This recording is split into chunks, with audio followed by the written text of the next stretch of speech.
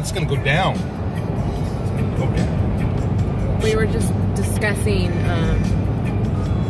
how, well, we were talking about, first of all, Brian's like, I'm not one of these.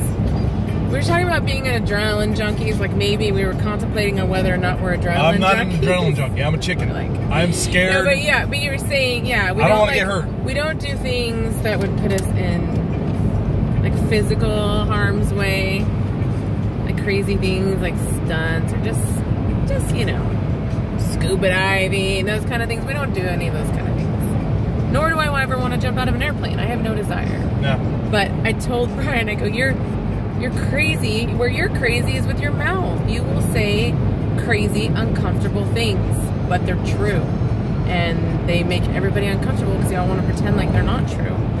But even the craziest adrenaline junkie looks at you and thinks you're pretty crazy for the things you say. Okay. That being said, I still am not, I don't feel like I'm crazy. Like, I don't feel like, and not only that, but it took a long time to get here. Because I used to get sick. Are you talking about me? You didn't get sick.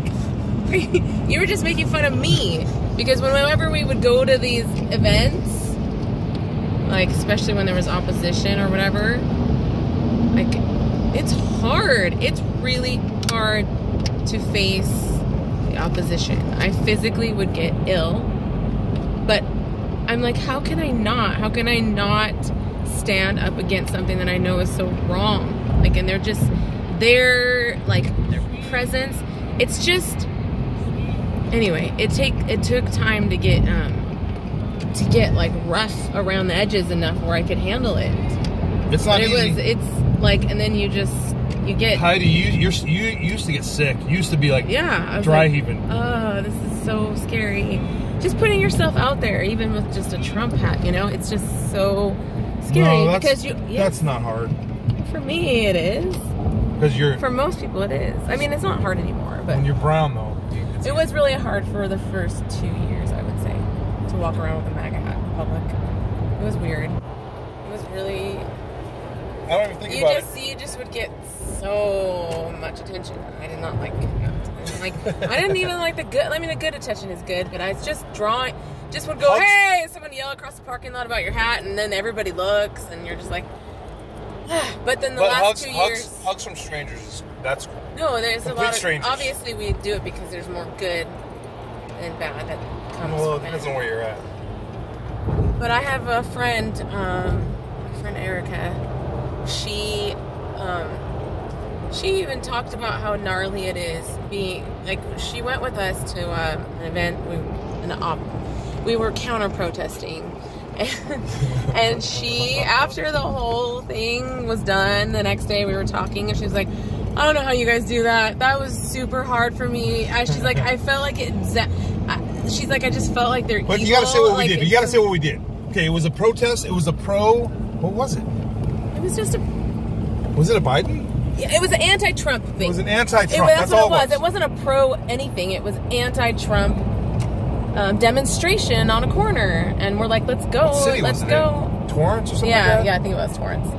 We're like, let's go talk to these people. Let's go talk to these people that hate Trump with so much anger and vitriol that So we wore MAGA. So we wore MAGA, and we just started walking through them, like walking through there, and they were all shocked. They're like, what is this? They're like, what is? And it was just the four of us. Like, there was nobody else with us. No, and there was that one lady. There was that one crazy but I mean, lady. like before, it was just the four of us. I know, but there was one lady that came by herself. She was crazy. She's rad. Yeah, I forgot her name. She is rad. There was probably 50 to 100 of them, like, while we were there.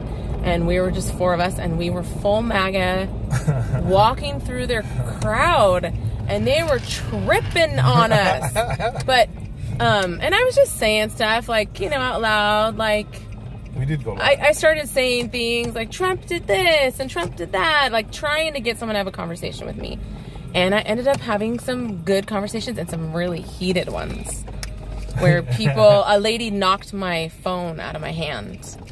Yeah, she like literally, she was shaking as she was talking to me, and spit was coming out of her mouth, and I was just throwing down. You're making me laugh, Heidi. I was throwing down the truth bombs. And she swat at me, and she took her hand and she swapped my phone to the ground, and I was totally calm. I wasn't, I mean, I appeared calm. I wasn't calm inside. I couldn't believe what was happening. You're fuming. But I was like, oh my gosh, you literally assaulted me. Like, you hit my phone out of my hand. Because we're just talking about this stuff, and I'm challenging what you believe. I'm challenging your ideas, and you cannot have a conversation. But you know what? There was one really cool lady that came up to me and was like, hey, I totally respect what you're doing. She was totally cool. I was like, more of you, lady, more of you. She was like, I totally respect your freedom of speech and what you're doing. I totally respect that you're here, even though I totally disagree with you. Like, you have just as much of a right to say what you want to say as I do. And I was like, oh, wow. Okay, that's what we need. We need more of that. Because I can have a conversation with someone like that. Okay. But going back a little bit, there was darkness there, man. You could feel it. It was a heavy, heavy presence. And it wasn't everyone. Oh, yeah, it was. There was a couple people that were walking around. It's always the leaders. Well, there's the leaders that are like, what the heck are you doing here? And then there's just a couple of dark souls. Hey, when you have that, I don't care on what side. Sometimes you see it on our side even. But it's just like... people that you would know would literally kill the president if they had the chance. You know, like that kind of evil that you feel. Like, these people wish literal death upon our president. And that's what you feel. You feel this heaviness, and but you know, and I questioned, like, is this like, does this do anything? Does this make a difference, us coming here? But even if nobody saw it, I need to represent opposition to what those people believe. Like, there needs to be someone that says, no, this is wrong. Yeah. Even if it's just for that person that's holding the sign that's against you. They need to know that someone stood up against them. And said, nah, we're not cool with this. And that will, you know, you never know what... They'll always remember that there was a strong opposition on the other side. People need to know that. And we weren't angry. We weren't in their face or anything like that. You just have to stand... You just say, no, that's not cool. As opposition to what you view as wrong and evil in a lot of ways. These, what BLM and Antifa have done qualifies as evil. I'm sorry, burning someone's business down qualifies as evil. Looting, turning the tables over while someone's eating, that's evil. It's so disgusting. It's disgusting behavior, and there needs to be opposition. Because the police, you know, the police just stand there. They don't have conversations about anything. So it's like, yeah, the police can be there to protect, but you need a voice that's saying something different and saying, no, you're wrong about this and you're wrong about that. And you got to call this stuff out. I'm talking too much now. No, I totally agree with you. I was just laughing because there's to me, it's like certain places and certain times you can feel it. See, we're talking about different things. I'm when you talk about this stuff to me, I'm always a little sketched out. Like, I'm kind of always wondering, and I'm always looking over my shoulder, and I'm always have to watch for you too, Heidi. So that's part of the element as well. And yeah, you hate that. And I'm also trying to frame up and make sure I have a good picture. And there's a lot going on in our heads. We're thinking about talking to the live stream. We're thinking about making sure we have a good shot in the live stream. We're thinking about, is our battery dying? We're thinking about, can they pick up the audio? And then we're thinking, I don't want to sound dumb. And then we want to be friendly. We want to be friendly to the people around us. You want to talk to them, but then you want to also pay attention to what people are saying in opposition to you, and be able to, you want to be thoughtful, to have a conversation. There's a lot going on. There is a lot going on, and then you're usually really thirsty and really hungry. Yeah, right? That's part of it. That's part of the game, is that you have to, like, your feet hurt, you're hungry, you're thirsty, but the adrenaline is keeping you going. You're like, we're not done.